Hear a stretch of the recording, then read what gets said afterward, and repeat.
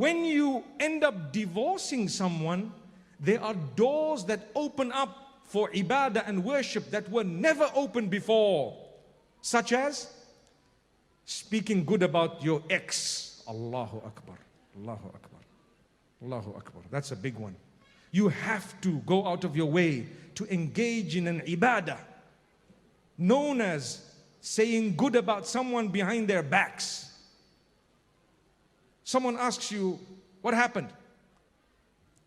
The correct answer is, look, mashallah, good person. I hope I was a good person as well. We didn't get along. You know, it's a respectful answer. It might not be exactly as I said, but respectful. And if someone is keen on getting married to your ex and they want to know the details, if they were serious issues that need to be mentioned privately to a person, because we're not allowed to lie when someone is about to enter into marriage with someone else. You need to know, are they asking you genuinely because they would like to know? Because half of them, they just asked you, but they've already made their minds up, you know. If that's the case, say, look, you know what? Didn't get along with me, perhaps get along with you. Wallahi, it happened at the time of the Sahaba radiallahu anhum many times when some of them would say to the others, why don't you marry such and such a woman? She was married to me, didn't get along with me, but I'm sure she was a very good person, she'll get along with you. Allahu Akbar, Allahu Akbar. And then we claim to be good Muslims. Wow, mashallah. We think it's all about, it's just salah. After salah, I don't care how I speak to someone, how. I've seen people who are outwardly extremely pious, extremely. And I think to myself sometimes that, you know what? All that reward is going to someone else because you're busy backbiting. You know, I received a message a few moments ago from a friend of mine in Nigeria. And I'm going to say this because perhaps they can benefit, we can all benefit. And the idea of the message was perhaps good in the sense that they wanted to say, look, as Muslims in our weddings, we should try and have a bit of modesty, and you know, we should behave in a more respectful way, etc. Up to that point, I agree.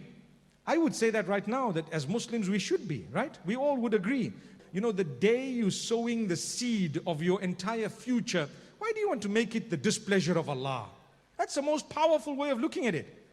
I'm about to sow the seed for the rest of my life, the taqdeer and the predestiny, everything's coming into effect today. I'm going to be having children, inshallah. The future is going to be coming, inshallah. Allah knows about it. And on this day is the same day that everything I've done is within the displeasure of Allah. That embarrassment of the thought should be enough for me to be able to hold back and say, hang on, I can do anything but not today. Even if I'm a weak Muslim. Did you get my point? I might be weak. I'll do anything, not today. By right, we're not supposed to be doing anything anyway, any day. It's always supposed to be within the pleasure of Allah. But I'm talking of, if you have a weakness, try and cut it on that day. The problem with weddings is, even those who don't generally have weaknesses, they tend to think this is the, you know, when you're on diet, what do you call the one day? The cheat day, right? They tend to think, okay, this is the cheat day, you can do as you want. That's wrong. So we sowed the wrong seed. So I received a message, it was okay. But then they had a photograph of people, one example and another example, an example of someone who wasn't a Muslim, and there was a picture of perhaps a wedding scene, and another example of people who were Muslim, and there was a picture of a wedding scene, and they were trying to show you, look how bad the Muslims have become, and look at how, and yet these are known people in society. For me, that is such a big backbiting issue that all your reward has gone to those people. They probably will come out of whatever they were doing more clean than any one of us who've been forwarding those messages about them, trying to give an example. Yet the fact that we mentioned names and had pictures is what rendered it a crime in the eyes of Allah. It became backbiting, belittling someone for what? Probably the people who are forwarding messages might have in their private lives greater sins than that. So if you want to correct someone, go back to Ma Balu Aqwam. Go back to the hadith of the Prophet ﷺ where he generalized it. He said, look, my brothers, my sisters, there are people, perhaps we need to do this. We need to make sure that we have a link with Allah. We need to make sure that we don't do the wrong thing, etc.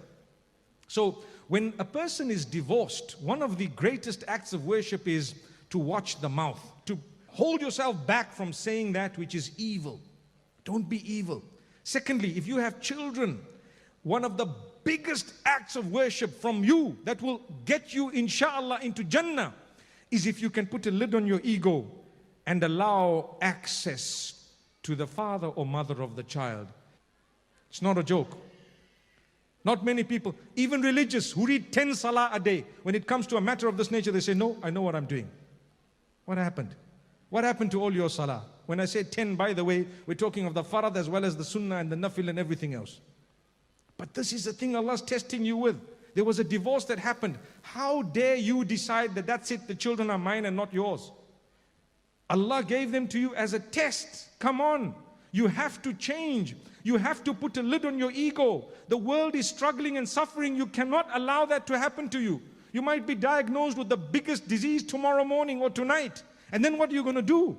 May Allah grant cure to all of us who are struggling in one way or another with our health. Say Ameen.